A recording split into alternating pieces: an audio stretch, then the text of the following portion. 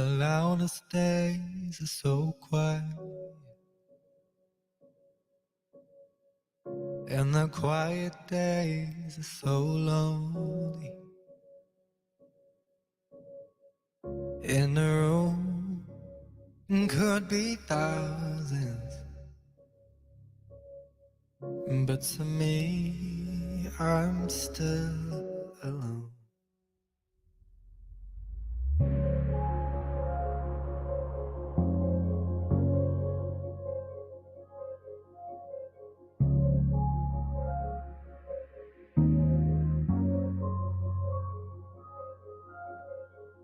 Oh, the loudest days are still quiet, but they're easier with you. Well, that's what you told me. Wish I saw your point of view. All I really wanted was to not be alone, but in order to succeed I need to try and I don't. And I wonder why nobody ever came to ask my name.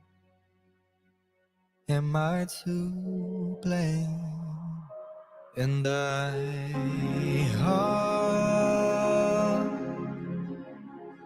I'll learn someday.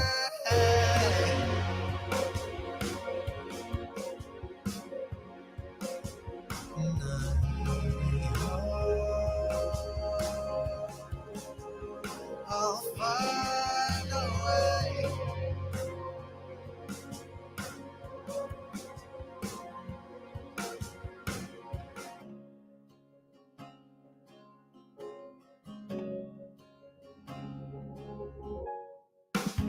It's hard to move forward if I only look behind. I'll spend my days reminiscing. Oh, I'll never fail, 'cause I'll never try. All I really wanted was to not be alone, but in order to achieve I have to try and I don't. And I wonder why nobody ever came to ask my name. Am I to blame? And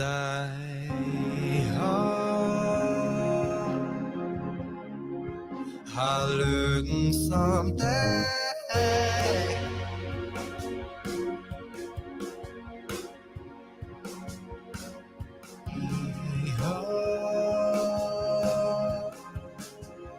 I'll find a way.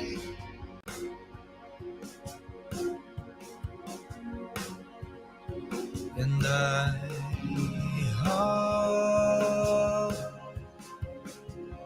I'll learn someday.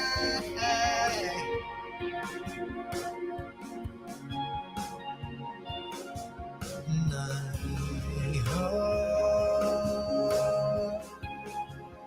I'll find a way.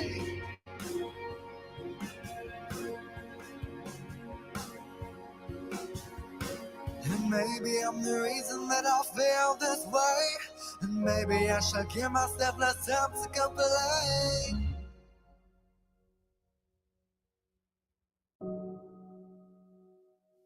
And I hope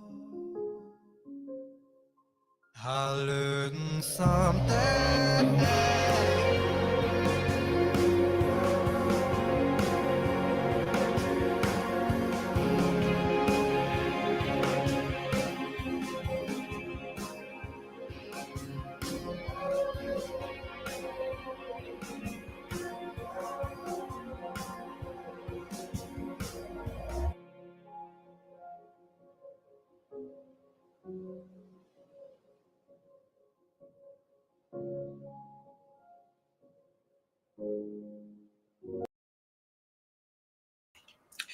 Hello, lovely people. How are you doing? Welcome to another show and tell And show and tell for us here, for me here, is basically showing you stuff that I've gotten this week, that I've that's arrived in package, things I've found, like a Barbie doll friggin' scooter, right? Because I have a whole bunch of like dolls and stuff like that. So to start off, I was downtown yesterday, and the second store that I went to, I found this for $4. So I already have one of these, and the problem with this one is it's like the back of the lid for the scooter, as you can see here, is missing, right? So and not only that, so was the stand, as you can see here. So when I saw this one, I went, yes, I have to buy it. I already have it, but it's only $4. So I'm going to get it because now I have the back, the lid for the helmet holder or something like that, or groceries or whatever else she's on her scout, to shop for. So I was like, yeah, I'll get that. And then also because this was here as well, I was like, yeah, I have to have it because, that's going to be a really good thing for standing. Like you can see it here. It's like, it basically stands up perfectly. Now I don't have to like lean it over and stuff.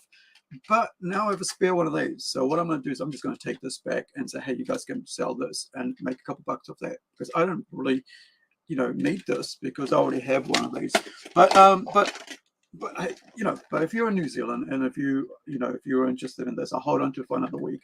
And if you want this for your kid, for your daughter or so, or for yourself if you're a collector, right? And you don't mind paying for a couple of bucks for postage, I will get this out to you. Hit me up on Facebook.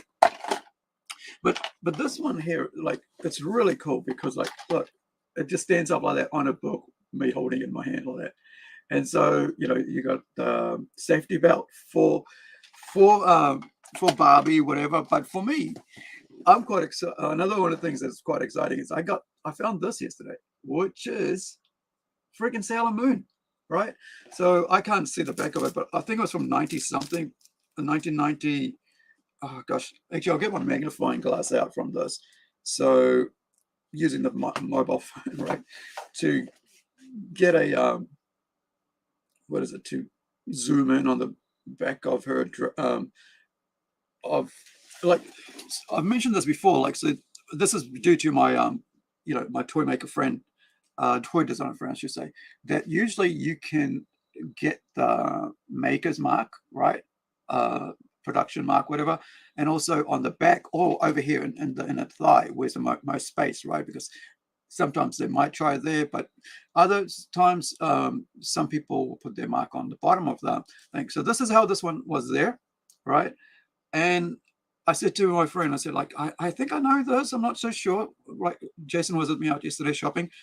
And we were out for about 4 hours. And like today, I slept all day because my back was aching really bad. So when I woke up about 2 hours ago, I had to like really, chill out for an hour to just settle my back into a straight space.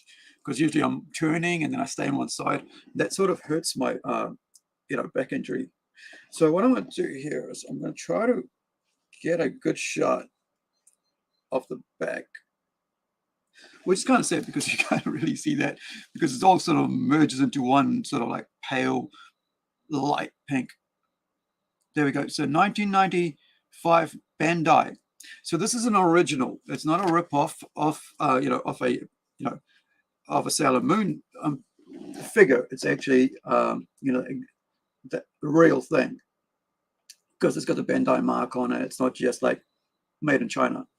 And that's it. But it's got like a made in China. It's like Bandai, 1995 Bandai, made in China. So this is what, 29 years old. I have a doll from 29 years ago, right? She's got, and the cool thing about this, she has her, underpants on, and she has a dress. I mean, it's, her, is it like a school uniform? I'm not sure, but her clothes, right? So I'm not sure which one this is of the Sailor Moon. I actually have a Sailor Moon action figure, or like a statue kind of thing. Those ones that like it's just there, it doesn't do anything.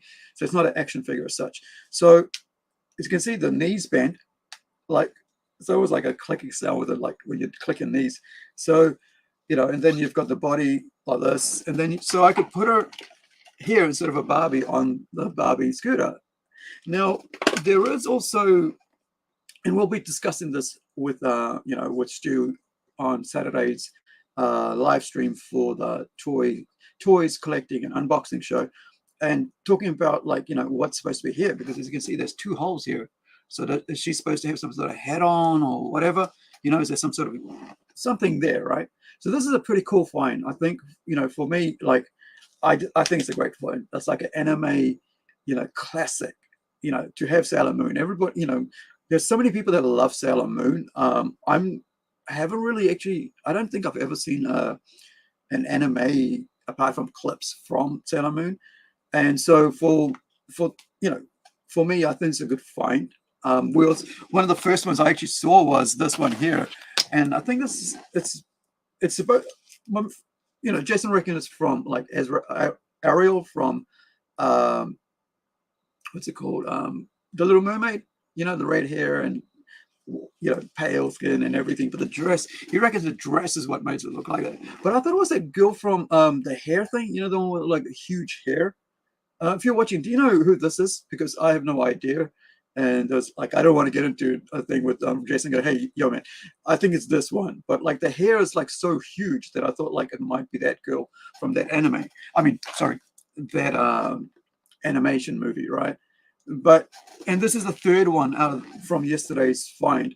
And this is, of course, Elsa's sister, supposedly. But I have no clue with these figures because I just because they look cool, and then I'm like, we'll add it to our collection. I have like a freaking probably about 2 dozen now, and the male ones are really hard to find, which is a weird thing, man. Like finding the Ken dolls at a cheap price, like under $10, is really hard to find, and it seems like the cans are the ones that people keep. Like I just, it's hardly ever I'm able to find one. I think I've got 1 or 2, and same with Action Man figures as well. I think this might be because guys don't grow out of them, right? Guys don't grow out of toys in the sense the way the girls do. Maybe I'm wrong in that. Like I'm not gonna stand on and say this is my soapbox and this is what my hot take is on that. But I think a lot of times that guys hold on to their figures because they go back a little. They might find it from the mates. Go, hey man, there's a bit of value to that now. Freaking hell, Transformers is worth like $100 for a figure, if it's in good condition. And so the word gets out. And then like with Barbies, it's like there's like 1,000, hundreds and hundreds of thousand million, versions of that. And so nobody goes, I'm going to hold on to that. But now if you've got a Sailor Moon Bandai figure, they only release a whole bunch, right, at a time. And that's it. So now you want to hold on to that. So I think that's the reason why, male collectors don't let go of things, and I think it's also a good thing because I think because you can pass them on. Like everything I have is going to be passed on. I'm going to enjoy it for my lifetime, and then they're going to be passed on to my nephews and nieces, right? And they can do with what they want, just like my comic company, right? I mean, my comic studio and stuff that I create there. And so, segue, since that's a good way to segue to that, I want to show you guys. As I mentioned, Facebook, and thank you for coming across from Facebook on this. We have a Kickstarter coming up soon, very soon. I've been waiting for these pages to be colored. So this is Robot Nation, and I'll get you the link to that so you guys can actually check it out and see if you want to buy that in black and white right now for only $2.99 US, which is about $5 New Zealand. That's pretty cheap for a digital comic, right? It's a full comic. You don't have to read anything else. 2 stories on this, 36 pages, and you can see you can see the black and white version of it, but then you can also see we'll be looking into the coloring of it. So there's two versions that Hugo, who's our talented colorist, sent through. So you've got this one here, and then you've got this here. So I'm kind of I love what he's doing with this, and I'm enjoying. I've really enjoyed working with Hugo. He's a real great talent, and to have him is a real blessing and a real privilege to have him work with us on these books. And this is the second book that I've got him to work on, because In Critical Number One is the first one that that he worked on. And I'll bring up In Critical Number One so you guys can see his coloring on that, because I think one thing I really wanted, I've always, because I'm an artist myself, right? And, you know, and I've painted and I've color and all that. So for me, it's very important for me to make sure that my artists, guys on the team, my artists who are working with me are very well looked after, you know, and that part of that is just to work with them and let them get more, you know, more work within our company, you know, within our studio, and say, hey, do you want to work on this? Do you want to work on that? Now, that also comes to payments and stuff like that as well. And so I want to be able to out there promote them, to get their book known, and, you know, to have to get people to see their work, and so that they buy the work, that they like the work, and then you know, then they can support them, then we can support them, right? And I think I've learned a lot by doing the Kickstarter campaign with Incredigo #1. So with you know, with doing our next campaign, which is the one I'm just showing you, about to show you, you know, I was just talking about here, with you know, with Robot Nation, you know, which is coming up soon, is that you know, where are we? How do I get to it? I'm supposed to get there. Preview. Yeah. So just a little bit of segue here, right? So when we get to this, that I hope that you guys who are mature readers, right, 15 and over, or whatever, you know, is considered mature in your, you know, MA, whatever, in your country, you're able to, you know, support this for us. And it's going to be coming out next month. I've just been waiting on these, you know, I've just been waiting on these colored pages so that I can show you, I can get out there and say, hey, this is what it's going to look like, so I can get your backing and support for this comic book. I really, really want to put out the best product and not just rush anything. And it's been something that I've had to learn, right, the last couple of years, that I just don't have to rush it. I need to take my time with these projects.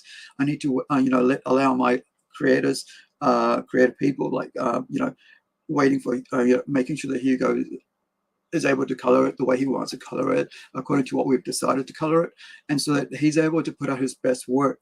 And same thing with me. I don't want to put out anything short-handed, you know, kind of taking the cheap way out. Oh, I've got the book out. That's all that matters. No. I want to make sure that it's the best quality you guys get when we put a book out from us, right? Because for far as I'm concerned, I'm representing my city. I'm representing my country. If I'm putting a book out that I just want, that I just rush, it's not going to look good on what's coming out of New Zealand. And you guys who might only be seeing me because I'm on here all the time, as a rep, kind of like unconscious rep for New Zealand, and especially in indie comics, I don't want to be the guy who puts out shit books. Excuse my language, right? I don't want to be known as a guy who puts out cheap product. And so I've had to really push myself and say, listen, don't rush anything. Wait for the creative to get the work done, and just chill. Don't put it out. And I've been, you know, saying, oh, I want to get this book out. Look, you know, we put, you can see the link in the chat for the black and white version. It's out there. You can buy that right now. It's been out there since Christmas, so you can get that for $2.99, right, with that link, and read the book and decide, well, do I want to spend a couple bucks more and get the color version in print with all the different, you know, variant covers, and pick and choose which variant cover you want. And so I wanted to make sure that, you know, you can choose a regular cover, right? Or you know, or get a, you know, a risque cover, or, you know, it's something a bit more, you know, like a foil cover and stuff with this artwork. So when we put this out, and we're still working the Kickstarter thing, it's not even at review yet, right? We're still working to make sure that we put out the best way, best step forward for what we can give to you guys in a quality comic book, you know. So I'll show you again the color that we're bringing, right? Like, we've been working on figuring out this, and then we'll jump back to show and tell. This is the, you know, this is a Hugo right now, having colored, you know, given me today overnight. Like, I was sleeping all day because, you know, I was out for 4 hours yesterday, and with my spine and neck injury, being 4 hours on my feet, I need an entire day to settle all the nerves and stuff. So I've been like sleeping, and only got up 2 hours ago, and it's 7 p.m. in New Zealand, right?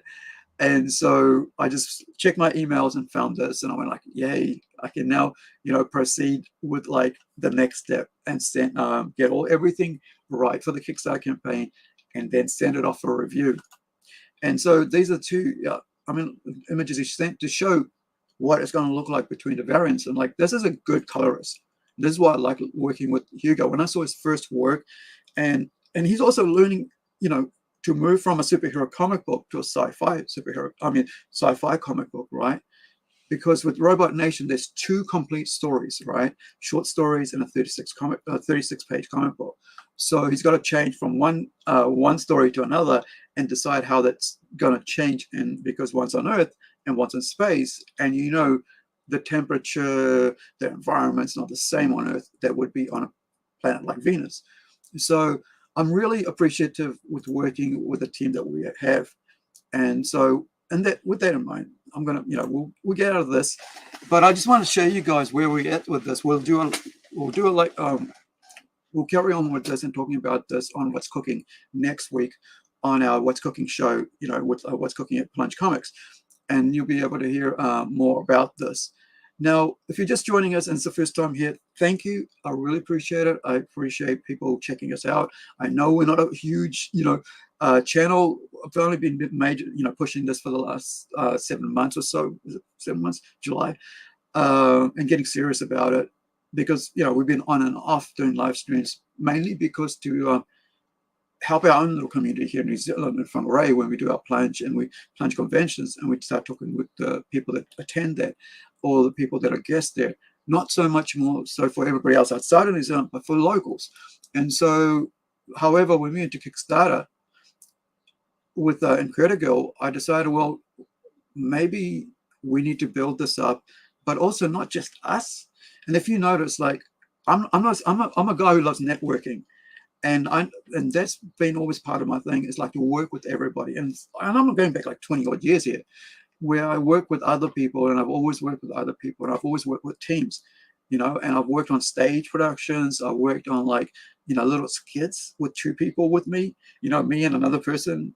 And then there's like 30 people on the stage for other people, international productions, and all that.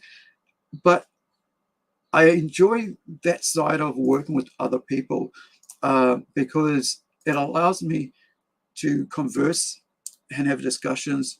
And that's also why I like having co-hosts, right? Because, see, I can give you my friggin' view, but that's only my view. But if I have a co-host, he can challenge my view. And I can walk away going, I didn't think of it that way, which has been, this whole week has been about that. I didn't think of it that way. Dude, we had somebody in, like, I'm talking about tomorrow night's stream. We got like the Kiwis and where is it? So tomorrow night we have Kiwis, and there we are on the stream. So I'm just going to plug that for a minute, right? So we've got 2 brothers on tomorrow from out of this is Aaron and Josh Mack from Sci-Nation Comics in Aussie.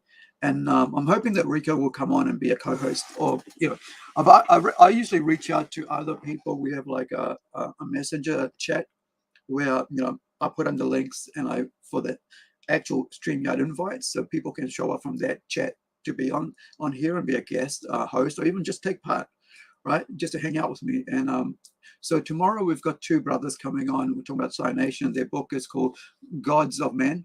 This one here you can see. Let me just move my here. This one here, and also this one here. This one, I think that's a variant cover for it. So they'll be on for tomorrow night at 7:30 New Zealand time. Have no idea what it is over there in Victoria, right? Because they're from Aussie. I think it's around about. It might be about 2 hours behind us. They're around about 5-ish, 5:30. I think it's 5:30. That's why I made it. We kind of changed it. Because last year we had Nicole on as our first Aussie guest, and she said, I need half an hour to get home from my traveling. It's like, it's 7:30. She goes, no, it's 5:30, dude. I need to get, travel through traffic. So that's why we changed that. So you can see I don't actually just make these times up. It's because I've talked to, because we know we're gonna have Aussie comic creators on.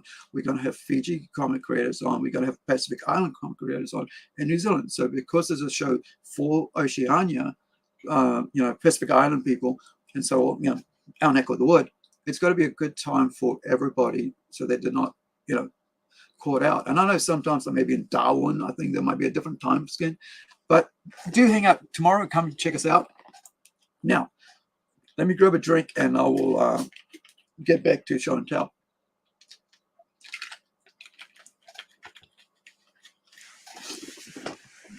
Now, one of the pickups yesterday I got was this for $3, man, like a DVD of Justice League Paradise Lost. I've seen this. I have a digital copy of this, but I was like, I'm gonna have this because just look at it. The animated series. I have Batman up there, as you can see, right?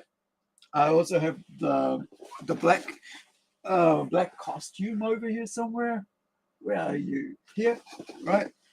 Pull it down. And I have the black costume Superman. And I also have the regular figure up there somewhere. It's way out the back. So I'm not on the top of a bookshelf. So I'm not going to reach out to get that. Now, I love the animated series from DC from this time period. Right? I think it's about the 90s. And even the new ones. I always try to watch every single DCU, especially DC animated movies, because I love them. I think it's taking, they do change a lot from the comics, which is what I don't like about them. But I love the I love that they do take these stories from the comics and they jazz it up a bit, like not always the way it's in the comics, but at least they are giving us something that's representative of the comics themselves. They're not something they're making up and twisting and turning into whatever, right? So I do enjoy the animated movies. And so, whenever I see the series or, I always go grab them. And it's, it's adding to my friggin' collection that's getting bigger and bigger, right? And so, and the other thing here is now people are finally realizing that you better grab some physical media. And it's taken them years to realize that, right? And I've been saying it for a while now because I get them myself, like the other day, I think if I can pull this out, I was able to get The Quiet Earth, right? A sci-fi movie about the nuclear war and stuff. It's one of the big time movies with Bruno Lawrence. He was the last man on Earth, and so I think people are forgetting that once everything goes digital, it doesn't mean it's always going to be there. And so for the last few years, I've got I basically try to make sure I've as much physical media as possible, because especially of things that I love and I like. And the other things that I happened to come across yesterday, by accident, by the way, is this, right? Somebody's collection of PS1 games, right? And like I said, I was out with Jason yesterday, right, for our weekly shopping, whatever. Once a week, we grocery shopping, up shopping, TV games, toys, farmers, all that stuff. Going in, having a look at all these things, and so came across this, and he's like, some of them might be like what is it called, like not the real thing, right? And so he might have to check it out. But I said to him, like, do these? I was looking at this like, man, this is cool. Do you think they would play on a PS2? He goes, oh yeah. I'm like, cool, I'm taking it, right? And look, seriously, this is like probably about 100 games, right, from PS1 for $5, right? And I said to him, look, I think he's got a PS2 as well, or PS3, and he said, they do work. And I said, great, so I'll take it. And I said, if there's anything that I don't want out of this, I'll just give it to you, because no, I'm not going to play all these, but this for me is more about preserving physical media as well as, I mean, as much as anything, because as you can see, look, it was only out for a couple of days, right? And to think that, you know, you can, you know, that these games at the time would have cost $50 to $100 each, right? So around about $1,000 right here for $5. So, you know, I just think that a lot of people, like I said, are learning all of a sudden that physical media is important. Physical media has always been important. That's why I always say, like, yeah, I can put out a digital comics, but I want a physical version of that comic for people to hold in their hands.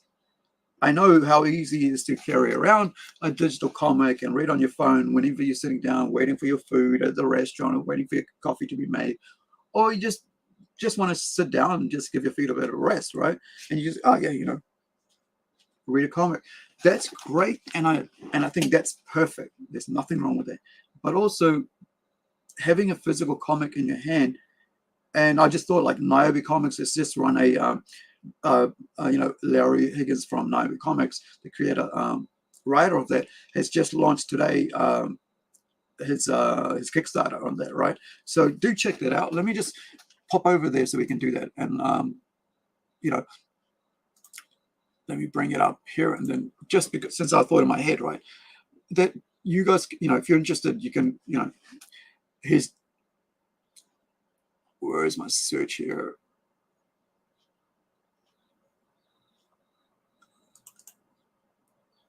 On Kickstarter. So we can have a look at that and, you know, go and have a look at what his, you know, Niobe Comics. Is it under Niobe Comics? Yeah. So he's, which one is he launching today? Let me just find the one we're supposed to look at here. Larry.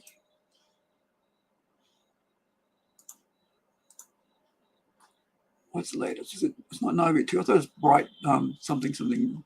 Where is it? What's his other productions? Why isn't it coming up as something else? Here's what I mean why it's not coming up as something else. I'm trying to look for it, and it's like it's not letting me search. So maybe I'll try with his name, right? No, maybe it will come under his Patrick Higgins.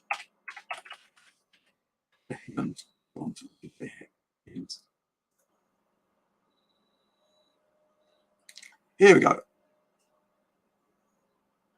There we go. So he's just launched this today, right? So put that in there. So he's already, like, it's just launched today. So he's already made so he's reaching a goal of I think it must be around about 5K New Zealand. So he's already reached you know, what is that, like about almost 2%, 20%, 25%. So yeah, so he's 7.5, right? So you can see there. So he's reached about, he needs about another 5.5K, 5.7K maybe. Yeah, about 5.7K, right? So that's a pretty good start. You know, just launched it. 43 backers already, 30 days to go, 29 days to go. So it launched today. I think he just launched it a couple of hours ago. So I'll put the link, excuse me. I'll put the link in the chat so you guys can check it out for that. And here's someone I know who's a good friend. Well, as good as you can get on the way of, like, you know, internet. There's difference between internet friendships and you know, physical and life, IRL, as they say, friendships. So he's a good friend. I've been on his, you know, he's invited me on his, you know, his channel many times on his live stream. So I really appreciate that. And he's probably one of the only ones who has, actually. So I quite enjoy hanging out with those guys there. The other thing is, let's talk about, let's get that out of the way. I'm going to leave the best to last, and you're probably wondering, why is it taking so long to get to the one he was going to talk about? So going back to comics, now, if you, I think one of the early live streams I did was about this here, and this is a full-on hardcover Peanuts comic, and as you know, they basically had a huge brouhaha about making Peanuts about racism last week with this new movie that got coming out, and like, you know, it was just so trashy because, like, as you can see, right, why I got upset, because I never saw Peanuts as something racist ever, and I have many I've watched as many movies as shows and everything I could get off the cartoon, and Charles Schulz is an amazing creative you know, cartoonist, right? And so last year, or wasn't it, actually might have been about 2 years ago or something, because I had a Facebook channel where I just, you know, group, whatever, where I just talk about my rantings, right? Kind of like this, but this is a bit more, I guess, more user friendly. I don't know, more. It wasn't just for Facebook, right? So I got sent this by one of the guys, Steve Hunter, and I was just so, I didn't even expect it. I was so excited. It was, I think it's one of the first times that a person from the Facebook also has sent me a gift, and I was just so freaking excited because as you can see, it's a hardcover, man. Look at how beautiful that is, you know. And I thought, like, one day I would like PJ and Chibi to be like this, you know. And I'm a bit slow on the whole finishing off writing PJ and Chibi, but you know, and it even came with this, right? You know, it's just so cool because it's kind of, you know, it's like a promotional thing for Fantagraphics, who are the publishers for this this release. But you know, it's just such a, for me, it puts a smile on my face, right? It really makes me excited to have someone send me something like that. Now,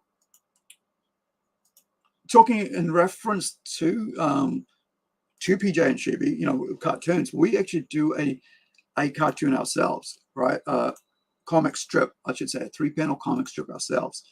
And I've been a bit slow on that, right, recently. And so I haven't gotten to do any more writing, but I do have a local writer in New Zealand called Michael Mead, who has been writing a couple for us here. So this is actually our own 3-panel comic strip that we do called PJ and Chibi. So if you guys want to check that out, you know, let me get off there and get you the link for that. It's kind of like a political satire comedy thing, like a dad and daughter, you know, relationship, and then also the daughter looking for work. It's kind of like a modern day version of our world, you know, in their alternative reality world of like these anthropomorphized. As you can see, I can't even say the freaking word, and I've told you previously that I have trouble pronouncing words. So, you know, that's that. So, you know, we have like stuff like this, you know, and talking about like what's going on in the world, but in reference to, you know, what's going on in their world, you know. And you have like Melina and Panda Politics, you know, and of course the artist I should mention is Konstantino Petroselis. He's a Greek, one of 5, is it quadruplets, pentuplets, right? 5 brothers, right? Twins, whatever you want to call them. They're all the same. And he's over in Estonia right now, and he's living over there, building a home and stuff, and you know, with his fiance and so on. And so he's working on that strip. He hasn't recently because I haven't written anything, and so hasn't Michael. So we have about 4 more strips to add. But I just, you know, you guys got about 17 strips here to read if you want to go check it out, you know. And it's just so it's one of my, the reason I wrote it, right? Very reason I wrote it is because of this, and Garfield and Tintin, right? And the New Zealand comic Hold on.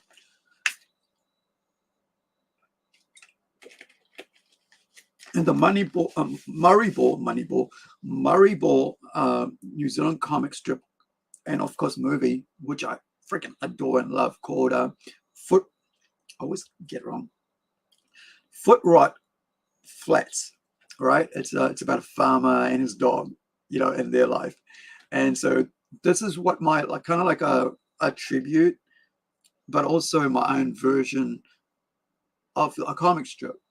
And so, we get things like this, PJ versus technology, and just really cool stuff. And this is probably the first time where we have a creator shared rights thing between myself and another creator, where Constantino's actually owns a portion, percentage of this product,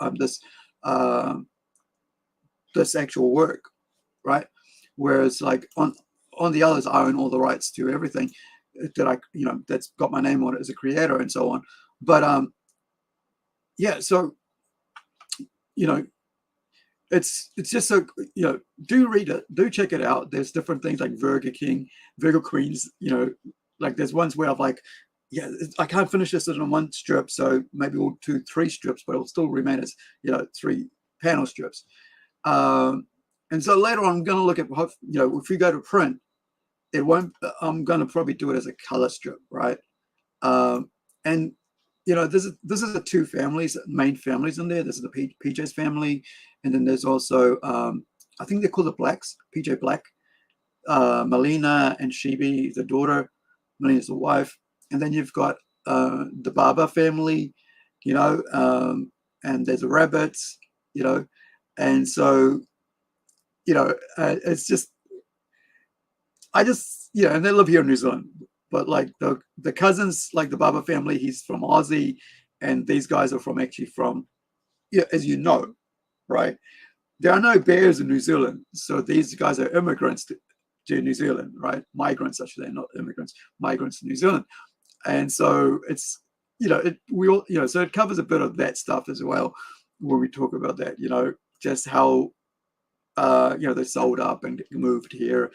And there's more, I'm hoping that we can get more people to write it, because I kind of have set the stage, but I want it to get bigger and bigger. So I want to have other people write it and get into that world and build it and expand it more. Of course, I'm going to be editing it and say, hey, this works here, this doesn't work in the scope of what this world is. Because, see, this is a difference between an editor with us, an editor at Marvel, right? Over there, a creative will come in and do whatever they want. The editor will go, yeah, fine. And then everybody, as a reader, will go, that's not what happens in that world. That's not how that character behaves. That's why me as an editor will go, hey, hey, Mike, Michael, or hey, Konstantinos, we're going to change that, because that doesn't work in that, because this world that I've created, I have a specific way these animals behave. Like there's no cats and dogs in this world, because this world is about animals and not pets, right? So there's no such thing. You couldn't have a cat or a dog in this world, right? And so, or domesticated animals, as they say, right? These are all wild animals. I mean, of course, you can have, rabbits, and you could say, well, rabbits are domesticated animals, but in the scope of what we're doing here, I thought rabbits were okay, but cats and dogs, I thought there was too many cats and dogs in the world. So having that in this world is kind of a bit not necessary. And so I just cut that out straight away from the start. But I like the rabbit idea, because there's so many things you can do with a rabbits in the way of how you can tell the stories as humans, right? As humanoid creatures and stuff. So please read it. It's free, by the way. I should say it's free, right? You can get on the website and read it for free. But also, if you do want to, if you want to leave us a donation or something, you can actually, let me just see which one is it. That there is you can actually leave a donation there for us, right? And that, of course, will go into, what we're doing. And it's here. so if you want to actually, and it's for the plunge convention actually, so I shouldn't say this for anything, right? But if you wanted to donate towards helping us with next year, because we run it ourselves, right? We most of the time I'm paying for a majority of the cost myself, unless I get grants and stuff. So out of my own savings, and if we get grants, then I kind of balance it out as well. And at the moment, I really would love help towards that, because, and if you're able to, do please share out the link that's there to let people know that we could really use a bit of some donation or grants towards this, and that's it here at the bottom. So if you go and tell promoting art and literature through pop culture, pop culture convention is a volunteer-run initiative from Plunge New Zealand, right? That's basically myself, Shane, and a bunch of other people that are part of that. And you can see all of them at the stuff. And a lot of them, basically give up their time voluntarily, on a volunteer basis, right? And so, you can help us continue this when we put this on, and also not only that, we have community sponsors, people who help us, right? We've got, the library comes in and puts up stuff. You've also got the Whangarei Girls High that help us with with volunteers as staff on the day.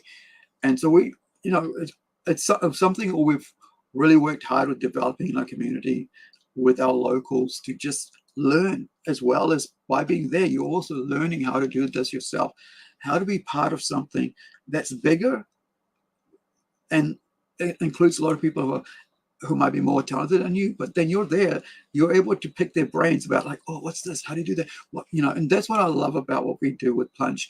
And, as you can see, we have in the past, we've had many supporters and stuff. And so, yeah, so, you can hang out and go and see the past stuff. I'm not sure why that video isn't working there, but, you can go to different places, and that seems to be working there. So trailers and stuff, but we do need your help going forward. And I haven't actually mentioned this, I know. Yeah, but, because we're still figuring out, whether we put on one next year or not, because financially it's a bit draining on me, because, and for putting on for 5 years in a row has, takes a lot of time. That's why I decided that I'll take 1.5 years off and just chill and just figure out what I want for the next stage, for the next 5 years, right? Because I don't want to be bored with something, just like I don't want anybody else to be bored with something if it's the same old, because I want something different each time, because I do get bored myself if I'm doing the same thing all the time. And that's why, as you can see, I create a lot of different stories. I create a lot of different, different projects, working with different artists even, right? And as I mentioned there, right, with PJ and Shibi, I actually am working with different artists on different styles of comics, because if everything looked like PJ and Shibi, I'd get bored. If all my stories look like that, I'd get bored. And so I bring in other artists to work on different projects. The first thing I look at when I look at bringing an artist on a project, as I've mentioned, is their art. What will their art suit according to the story I'm writing? I don't choose a story and I go, now you got to do this. All right. No. I go, which story do you want to work on? I have this story. I like your artwork. Now, these are 3 stories that I can offer you, which would suit your art style. And that's how I work with my artists. And back and forth. I've been, for the last couple of months or so, we've been working back and forth with 3 different artists. And just 3 different artists on 3 projects that are being done right now.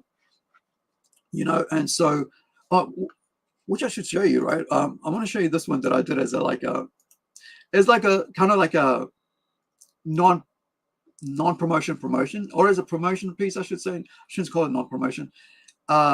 With a new artist we've got who's coming in to work on the tortoise. And so Tomas sent me, a page. Where are you? And so when I saw the page, I had this go. Let's get this up here for you guys. Just as a segue as we're going along with this, and then we'll get back to the show and tell. Is that I had I saw this artwork, and Thomas basically sent, I think it was not this one. He sent me this with a head on. Oh no, sorry, no, apologies. He sent it without the head on, but you know, without the character head on. And I said, so it came out like this, and I said, dude, I think continuing from the last chapter, he's supposed to be head on. So he goes back and puts the head on, right, and then he sends it to me. And then when I'm looking at this, I have this. I look at this page, right? This first page of chapter 1. I look at this page and I go, you know what? This would be a perfect, like the words came in my head. So I want to show you why I did the dialogue for this way. Just want to remind you, this isn't the dialogue for this comic book, but this is, let me find, where is it? Imagination.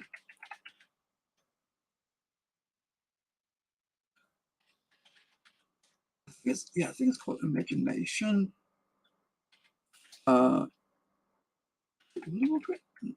Yeah.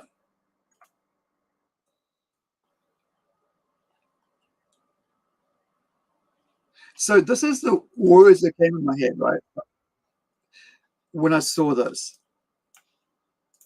And I thought, you know what, let's have some fun with this. And let's, you know, hopefully I don't get, you know, what's they call, like, a copyright strike. Then I have to delete this little portion of the friggin', you know, like, edit it out. Because YouTube, if you're not aware, if you have like copyright material, whoever owns the copyright can go, hey, look, you've had this, you know, on there, this is the part, just a minute. And so you can actually go in there, and when you know, republish, you know, to get them to release the copyright, because they won't let you show this, right?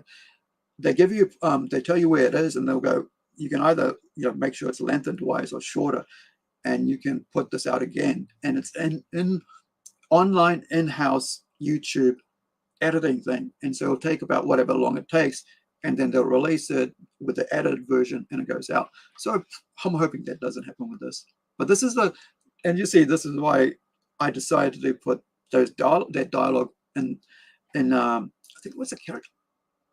I can't remember the character's name, but the gentleman, right? Because you don't see the girls, right? But you see him, and he's talking. So I thought,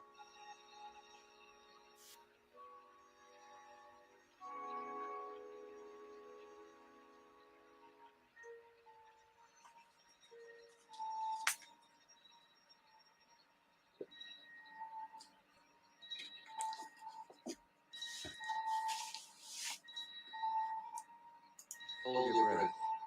Make a wish. Count to 3. Come with me, and you'll be in a world of pure imagination. always Take a look, and you'll see into your imagination.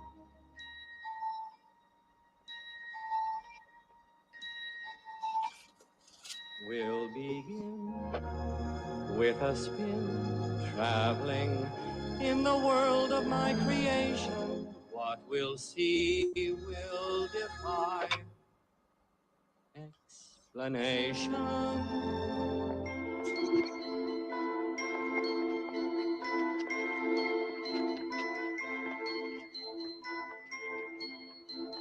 If you want to view paradise, simply look around and view it. Anything you want to do it. Want to change the world? There's nothing to it.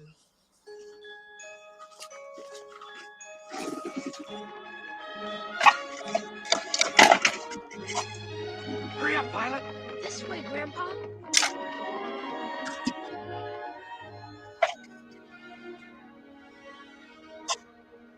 There is no life I know to compare with pure imagination. Living there, you'll be free if you truly wish to be.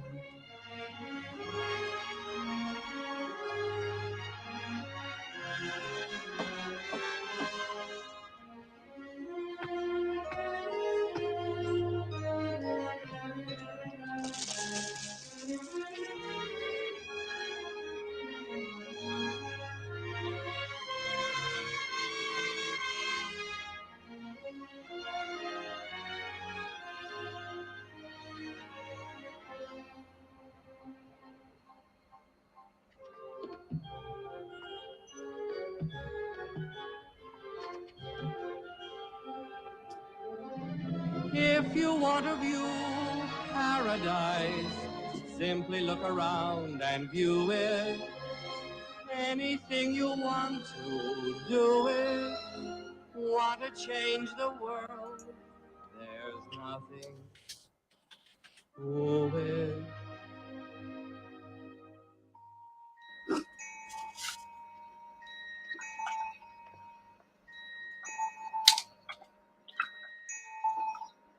There is no life I know to compare with your imagination.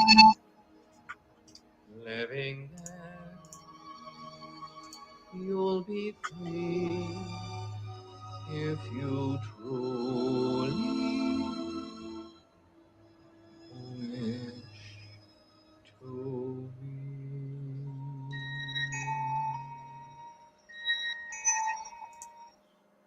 So that is, that is a reason why, I mean, that's why I put this dialogue in there, because it was just like,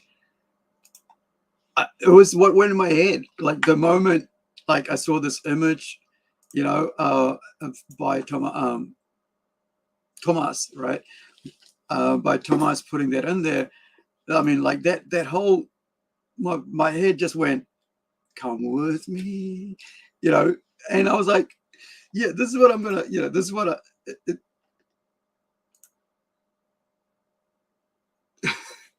cheers, dude. How you doing, Krypton Kid? Yeah, I do the same as well. I have my, like when I'm cooking or washing dishes, there's a fridge there, so I just have my mobile phone on there while I'm washing dishes and watching, so I understand. Thank you for joining, by the way. I mean, the live stream, I should say. If you're also new, please hit that subscribe button. Really appreciate that. Yeah, so I'm, a lot of my comic writing starts this way as well. Like there's I have a dialogue going in my head, like a sentence. Yeah, man. Seriously, it still brings back emotion in me, right? From being a little child, I know about maybe 8 years old, 9 years old when I first saw it. It's just, when I was watching, while I was watching that, I was thinking, like how full of joy I was at that, and how you see all the different kids and all the different types of children and parents in that little scene. It shows you the good, and you always think, I want to be the good kid, but I wasn't always a good kid, because crap happened in my life that made me into a bad kid, and I've got like a lot of regrets about my past and about my history, and I'm sure a lot of people have regrets about me being in their life, in their part of, because of the way I was in that situation as a child, but I do love Willy Wonka for a special place in my life. Same as like The Wizard of Oz, which is what I was going to play, because the next one I want to play was the other one that I also like, right? Which is, as a kid, you're watching Sesame Street, and what was it like? Because we saw yesterday, because I was toy hunting, right? Because that's how we end up with this, right? Sailor Moon from Bandai. Was that when we're talking about, like, we came across a doll. Well, there was a huge doll that, there we go, that like really big, like from about 50 centimeters, 40 centimeters, that not Rico, Jason saw, and I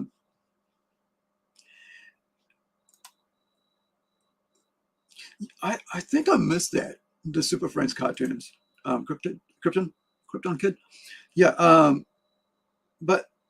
And he started telling, he's saying, like, because it was from Sesame, it was one of the dolls from Sesame, or the, it was what would you call it? Soft toy, whatever it was, like, and so Jason, he's very knowledgeable about these things, right? It's like, because he's able to retain memory really well, compared to me.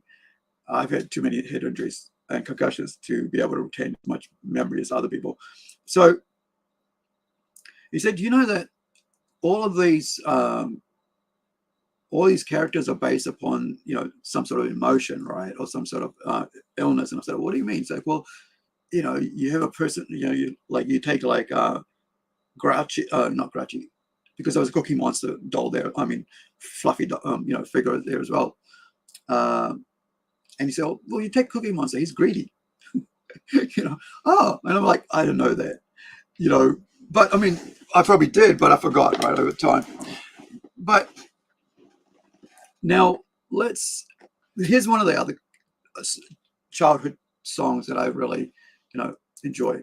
And this is this one here. Ah, there we go. I guess you'd think, like, I mean, like songs that are like so old, you know, and part of our, I guess, you know, it's already on YouTube. I'm on YouTube, and you know, you would think it'll be okay. Like, I mean, one of the things I really find really strange is, like, say band music is like a few years back, right, when they were like doing the whole copyright, and people were just like stealing left, right, and center, downloading songs and stuff and what have you for free, and you know, piracy or whatever. They had a whole huge court case. But now there are actually programs that you can use that you can actually, and I use them for like royalty-free music for here. So when we have like my nephew's song on, I can like download it using a program, and I can go in and put in my editing suite and put his song on there at the start of the clips and at the end, and you know, and then jump back on when I release it. Say, hey, this is my nephew's song. I mean, I don't say it's my nephew's song on the clip, but I just say, this is the person who's, you know, whose music it is. Do go check them out. But the whole, you know, and then all you got the, like, every single band that I think is famous, you know, whatever, that I know of, and maybe many that I don't even know of, their songs are on YouTube. Yet if you play their songs, like in the situation like we just, you know, you get copyright struck, and you're on YouTube as well, and all you're doing is like, you know, but the thing is, like, it doesn't make sense to me. Like, talking about that, like, I played my nephew's song, as you see, from now on for everything I do, because it's, you know, I get to play his song at the start of our streams because I want to promote my nephew, because I was on who said to him, get your songs out on YouTube, you know, put it out there, let people see how good you are, you know, and how talented you are. Let people see, and let them decide if they want to follow you and if not, or if they think you're good enough or not. Because at the end of the day, it's the public who decides whether you are deserving of their loyalty or their, you know, their support or not. And so he did. And then I saw it up there, and I thought, you know what? I'm gonna put your songs at the start of my live streams and in my clips, because I want to promote you, because I want to be able to show the world that you're talent and skill. So next up, hopefully, the next up we got here is this that I've been trying to buy since Christmas, and because I saw it go up, and I've wanted. I can't say I wanted this forever, but this is Bone Breaker from a very, very cool time when I really got into comics with what is it called? Actually, I've got them backwards, I think. When Marvel Comics for me was the best period. You know, we're doing the greatest story. Writing the best stories, doing the greatest art, which was basically the late 80s and 90s with the Chris Claremont and John Byrne series. Right, they had the most amazing people working there at that time, and so I'm hoping. So I basically got, I saw this and I was like, man, I'd love to get one of these, and because I didn't even know these existed, right? And so I was on the New Zealand Marvel Legends group, right? And one of the guys, I said, I'd be interested in getting this. And one of the guys said, I have it, right? It's missing a piece, right? Which is like the tank here. He said, it's missing a piece, but like, I'm like, okay, cool. You know, so I went and got this, and it took me a while to pay directly, go and pay for it, and we kept forgetting about it. And I was like, I'm buying everything else. I kept forgetting that I had this thing. So I finally got it sorted last week. So last week, week before last week, I think. And so I paid for that. But while I was waiting for this to get this sorted, I paid for another piece from Trade Me, which was the tank, right? Because that's what was missing. And that basically is what made me really peed me off about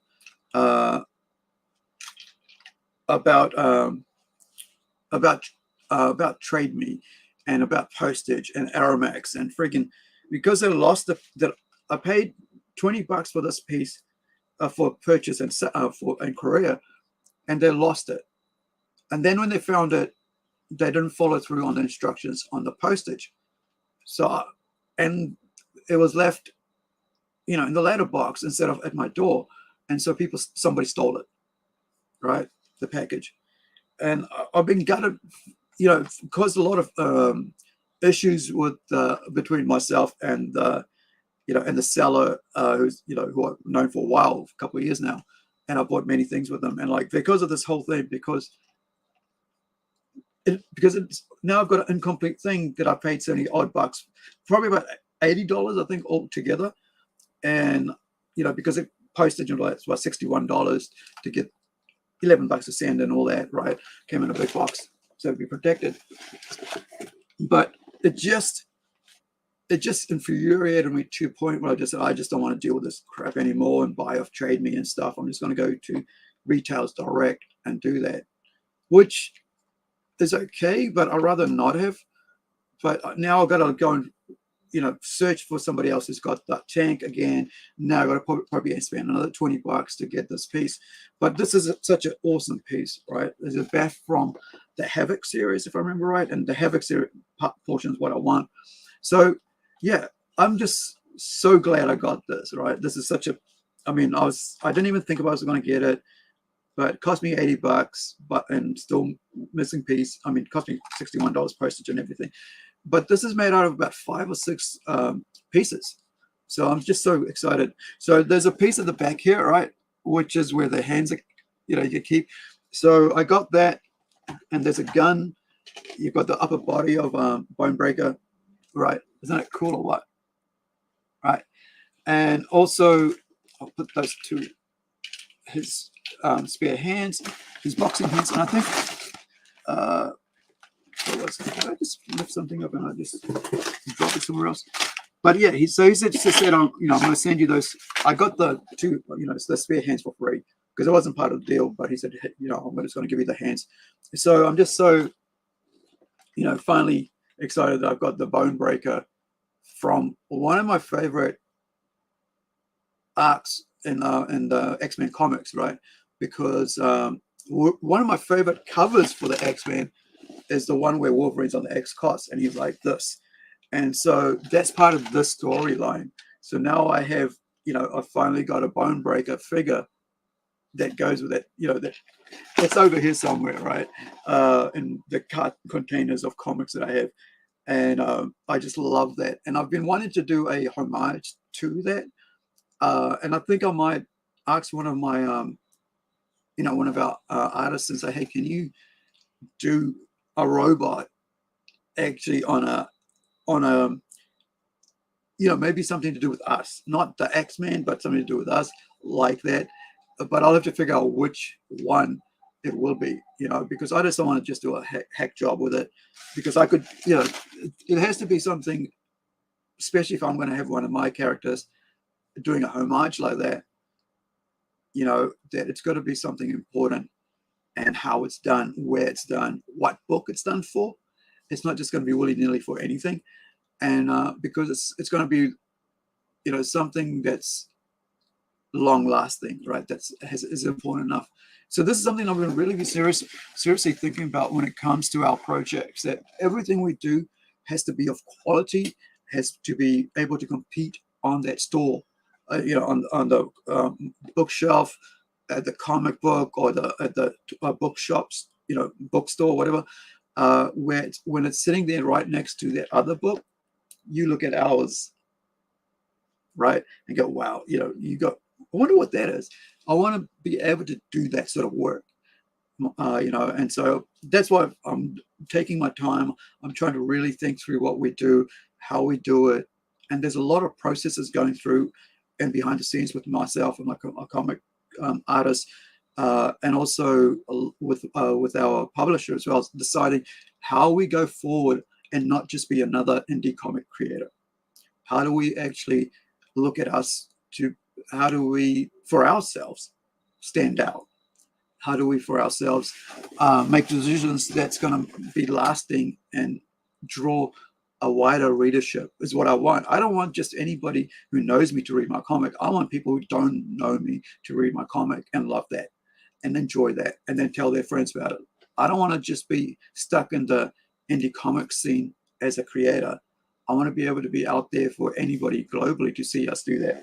So one of the other pieces that items that I picked up this week, right, yesterday actually, is this for $4.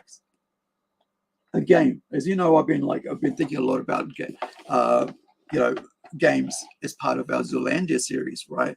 And so, you know, if you're not aware of, I mean, if this is your first time here and you don't know what, you know, what Zoolander is one of our, is one of mine, like fantasy worlds that I've created, which is,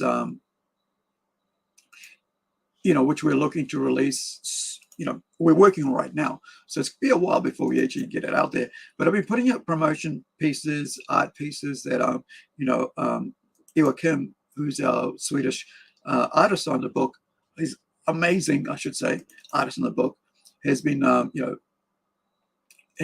know, sending through pages and working in between. He'll do a full-on illustration, then he'll do a couple mock-up pages. So I want to show you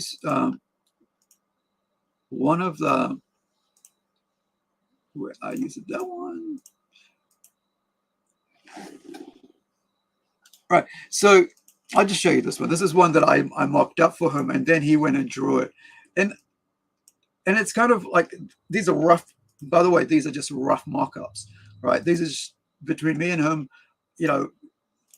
I'm going, this is what I'm thinking of, and he's basically, you know, drawing, you know, sketching out quickly.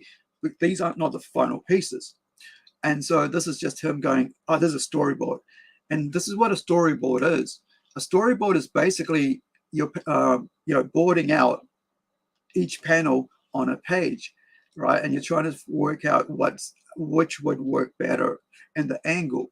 See, between myself and the artist, we don't always know which angle is going to work right. And so we had a meeting this week for about an hour and a half about where we, you know, if some panels weren't working right, or is this the panel you want, or shall we change it a bit for this? What do you think? And this is where we do that.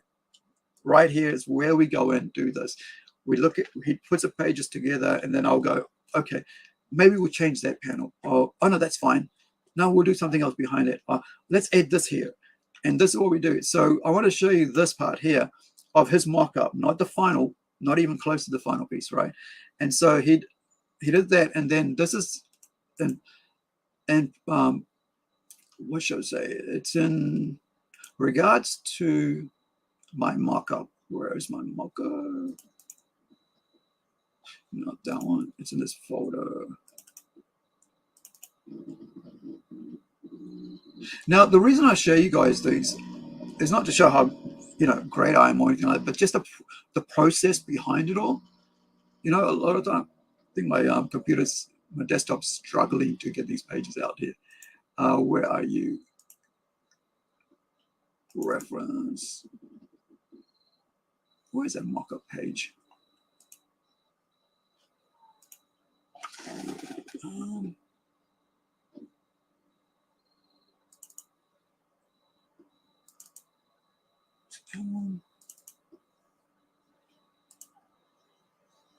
Come on. You go to board games.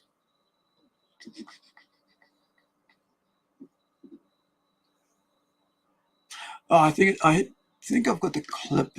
It's another app, so apologies for that. But I'll show you. But just while I'm here, right? So I'll show you this other one. me mocking up something for him, right? Which then becomes, you know, his, then he'll go and do his take on it. So this is it.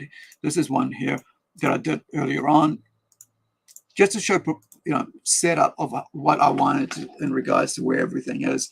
And I've shared this on Facebook as well. So you probably have seen this if you're, you know, following our pages there. So, you know, just trying to show where everything's going to set up as. And this is based on a real place in New Zealand called Whangarei, you know, and that's why all the, you know, how we're looking at this here, and where the wharf is, you know, this is like Port, Whangarei Port, I think this is Portland. And then you've got like across the other side, you know, how we're going to like set it up, and just the different areas of that. But this is what I do, and then he'll go and sketch it up, you know, and then after that he'll do a finer, more precise version of that, and this is what you'll see then. So I should, you know, to show you that he's actually, you know, how you know what the stages are for us. You get to see, you know, that as well, not just as mock-up pieces.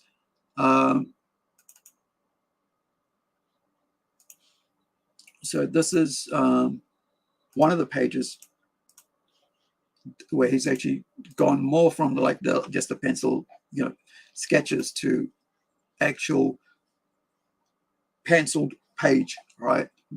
Fully defined, knowing where black's going to go, where white's going to go, you know, where the colors are, and so on. And let me just get to there. There it is. So this is the finished piece, right? When it's inked, before the colors are added, right? So, you know, there you can see the different versions before that.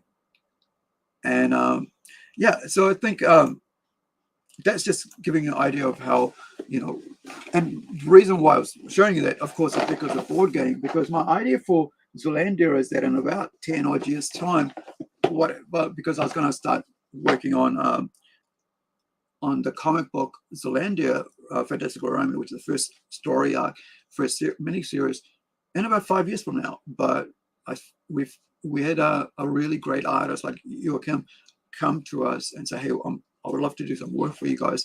Do you have anything for me? And I was like, yeah, thanks, Krypton.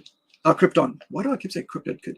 Krypton Kid, thank you for that. Yeah, he's a great artist. I like really, you know, that's why I like to show his work off, because building up interest in what we're going to do is very important to me, because, you know, it's trying to create a following, right? I mean, that's what we got to do to get, because you don't have millions of dollars to go, hey, here's $1 million, here's, you know, a couple of $1,000 of promotional in magazines that you can see, and so on. This is what we have, right? As a, you know, low end indie creator, right? I guess, you know, not on an not very well known, you know, platform, and so, I mean, channel, whatever creates. But so this is why I've been collecting like board games, because I want to be able to figure out what would be a good board game, a good style of board game, because I want Zealandia to be a board game at the end of about 10 years time, when we, you know, after all the comics that come out, there's supposed to be this huge situation, and the comics are going to be part of that as well, but they all lead into a board game, right? So the board game, that story, that the final arc will be, is the board game itself. And so, you know, how do we go about taking a comic book story and turning it into a board game? It's been done by many people before, right? I mean, especially with like games and stuff like that, like video games. But how do I do it, right? And so I've been picking up all these different games for cheap, or even for like dear, like $50 on a Batman game, right? Just to figure out how to create a game that's going to be just as good as a story that's in the comic book. And so I've been, you know, yesterday I picked up this, so you can look at the maps. So like, basically, this is a very interesting way of doing things, right? You can actually create a map with the, you know, the board pieces, right? Clipping them together. So this is quite an interesting way to do boards, right? And And then there is like the center of it has this. All right. Where, let me just close this so you can see it. So it's upside down. It's going to be a mess if it drops off. So you can see this is the stage, how they've set it up for the actual board game, and you can play and you change it around and stuff. So as I mentioned, I love Risk, and I've been up to 5 hours minimum. Sometimes not minimum, but maximum playing a Risk game, because it's just the thinking behind it and trying to make it work. And so my board game is going to be like Risk meets Monopoly. That's the easiest, simplest way I can define it. And so, all these things that I collect and ideas I get, I'm not trying to reinvent the wheel. I'm not someone who wants to reinvent the wheel, because I think reinventing the wheel is just, there's no point right now, because everything that's ever been created has been created and written. It's just you bringing your own touch to it and creating your own characters, telling your own stories. Same thing that I want to do with the board games. So like every board game style and thing has already been done. But how do I bring a Zealandia board game out?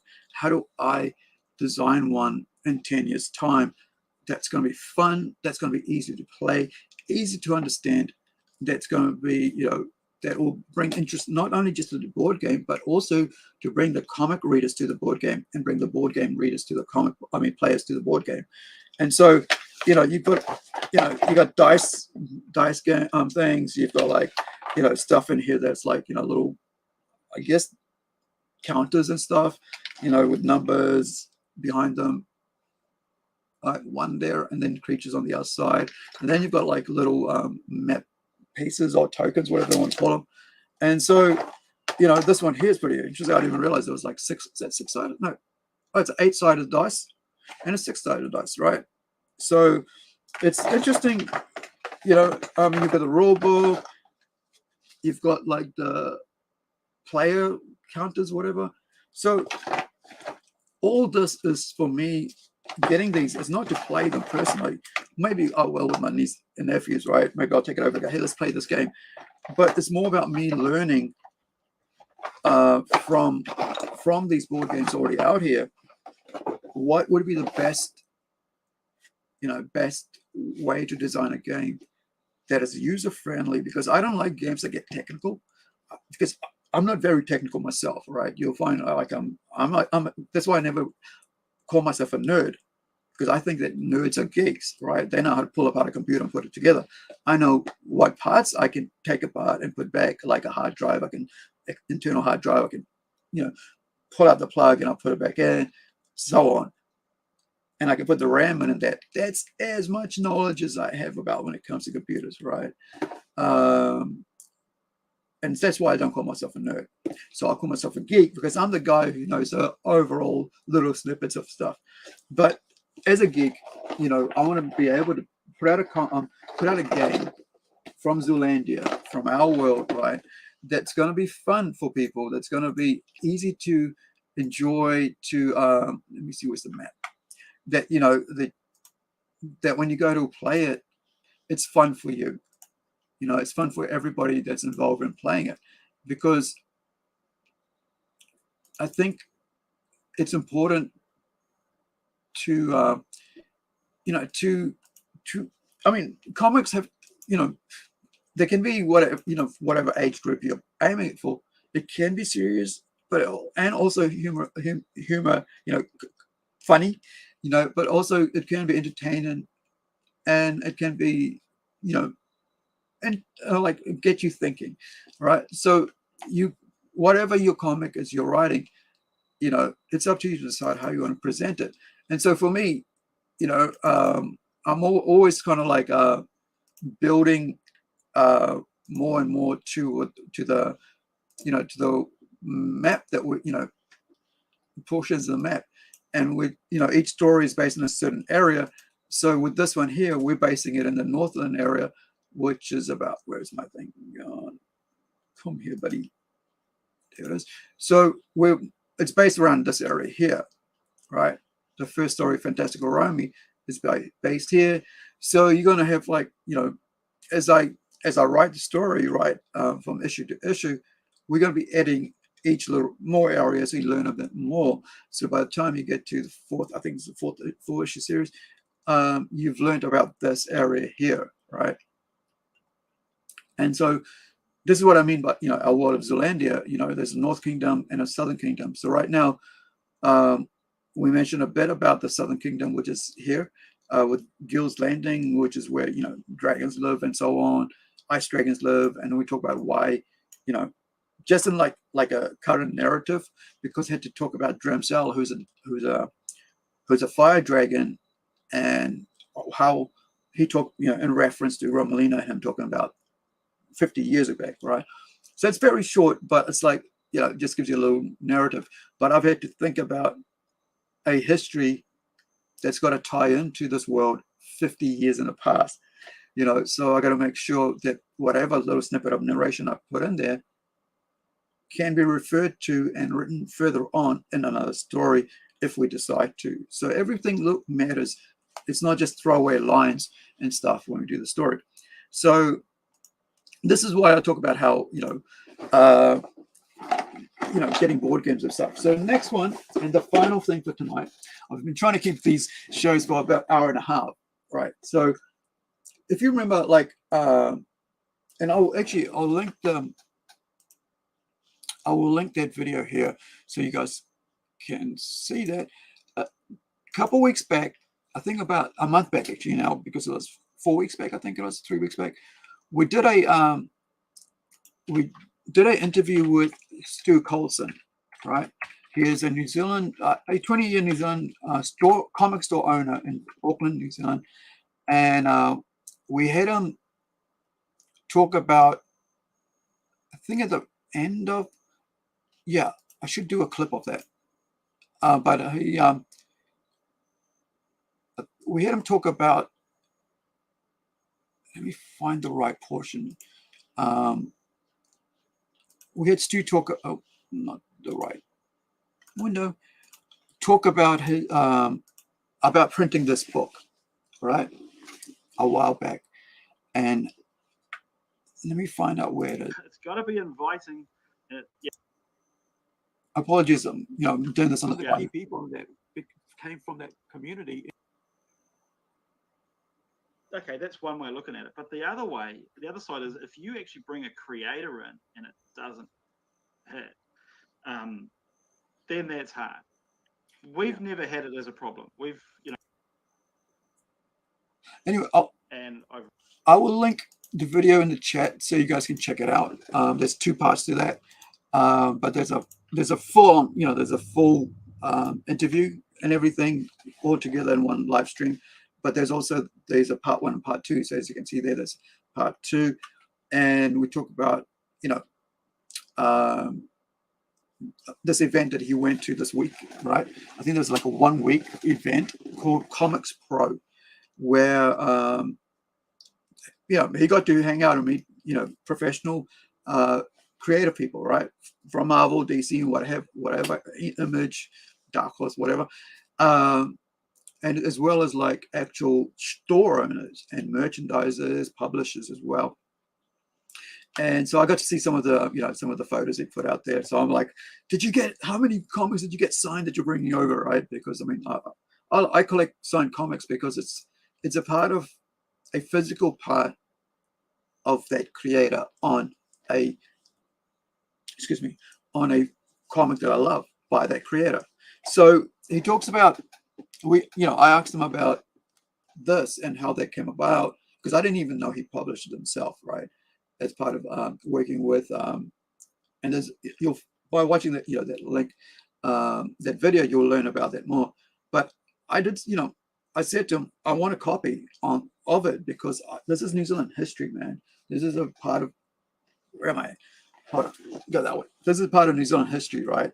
Full on,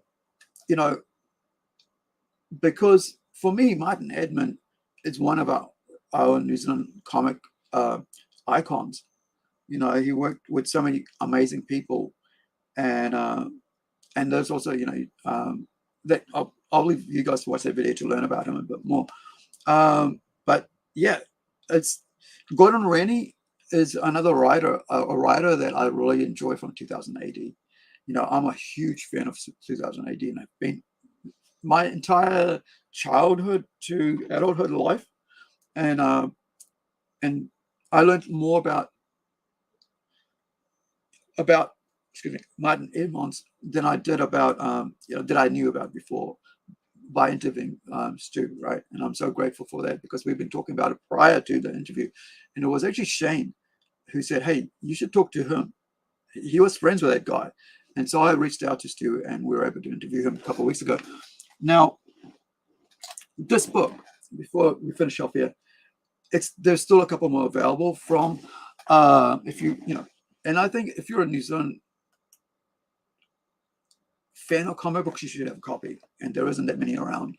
But also, if you're not, if you're not from New Zealand, you can go grab one from his website. Where is it? Where are you? 7? No, that's the wrong one. There's something else. This is it here. Right. So you can basically grab it from his store, right? You can, if you're outside of Auckland, right, like I am, you can grab it from his store, his online store, right, which is part of the Comics Hub thing that he's built.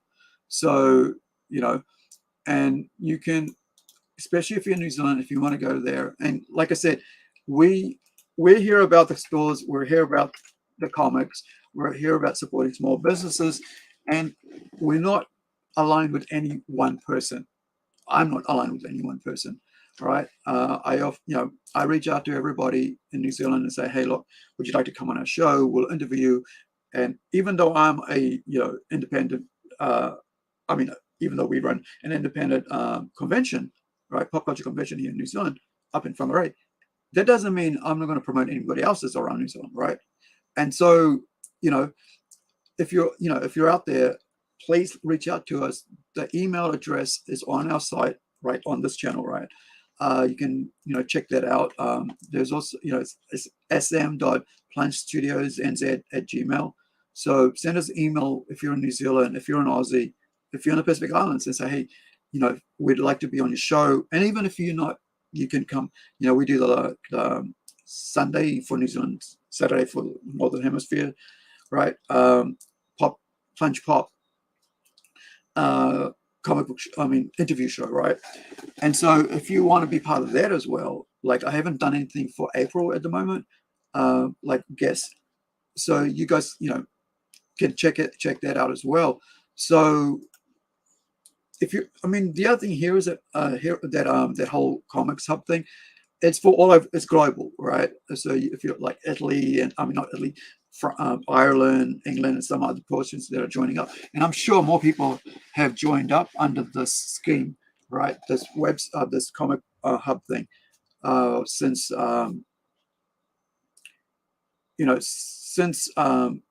Stu's been over there in America right now, talking to all these other merchandisers, retailers and stuff about that. Now, talking about like, let me just bring this up. Whoops, wrong clip again. Here we go. So talking about Sundays, we have like, if you look under our live streams, right, you'll see a whole bunch of live streams that are coming up, right? This is like the earliest. Next one's coming up basically. Where are we? Is tomorrow, right? Tomorrow night we have this one with the Aussie brothers under 22 hours, right? Who created a comic called Gods Among Men. So they'll be on tomorrow talking about their comic book. It's 7:30 New Zealand time, and then also, going down. We have Stu from America, from Texas, on Saturday for Northern Hemisphere. For Friday for Northern Hemisphere, Saturday for us here in New Zealand, and we'll be doing unboxing, show and everything, toys. So that's about around about another hour and a half, 2 hours show. Midday, like 1 o'clock, I think it is. Is it 1 o'clock? 2 p.m. Yeah, so it's 2 p.m. And that's also due to his time there as well, because he's a shop owner. It's a Friday night, you know, he's a toy shop owner. And so, you know, you can visit his shop as well. I think the links should be here. Yep, there is his links there. So you can check out his link and, you know, and check out his store as well. So we work with like people from around the world. Exactly, right? Buy white trash right now, because it's the last, I think the last 17 left that's still available for sale, right? Apart from in private collections. So yeah, let me just, so do check out all our, you know, all our different live stream coming up. Like there are, you know, as you know, I do the clips off the live streams, but I always do live streams. The shorts might be, you know, whatever, but I like the live stream. I like the interaction, like I'm having with, you know, enjoying this with Krypton Kid here, just, you know, posting stuff in the chat, because that's important. I love the interaction. That's why I do the live streams. So I'm going to open up, and I don't want to like open up really. I'd rather get a digital, kind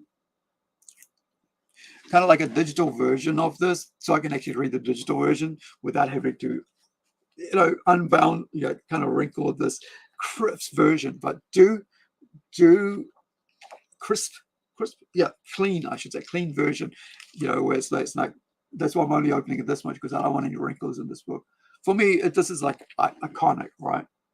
It's just so, yeah, it's just so iconic, right? So do grab it, like Krypton Kid said. Jump over to comics, to Heroes for Sale Comic Hub, and check it out. And just in finishing, like I said, you know, we work with people from around the world for these live streams, for our shows. I just love the interaction. I like other people having input into my life. I like learning from other people. So tomorrow night, please do come on and check out the show tomorrow, which is the two Aussie brothers, you know, who will be coming on. And with that, in finishing, that's me here. Thank you. Actually, I'll put the link in chat, so it makes it easy for you guys to find things. All right, if you're catching this up later, and you can catch up, you know, you don't have to worry about weeks later when you just watch this and then, you know, where was it? What you don't have to search it.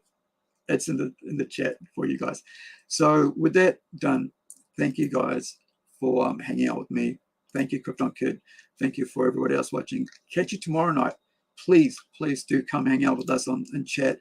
Come for that, because I think it's going to be a very cool interview, because, you know, I haven't had two brothers working together to create a comic on our show before, you know, like, which is really cool. It's like, how do you go about that? There's a different stance, and I like that, because it allows you to get an insight when people within the same family are working on the same project. You know, like me, I'm usually working with other people who are not related to me at all, right? But they become good friends, right, over working with that. So, you know, do come hang out. And also, like I said, if you look under the, thank you, Krypton Kid, I really appreciate it. I'm just going to put another link up, which has to do with our playlist, so that you guys can go for all our New Zealand, you know, for the playlist, there's about 29 videos. I'm sure some of them are clips, of course. Stop there, buddy. So here's the link for the entire playlist of all the interviews, of all the clips and all that we've done as part of the Kiwis and Comics thing. So thank you, Krypton Kid, for saying that. I really appreciate it. All right, guys, that's all for me for tonight. I appreciate you guys hanging out. I do.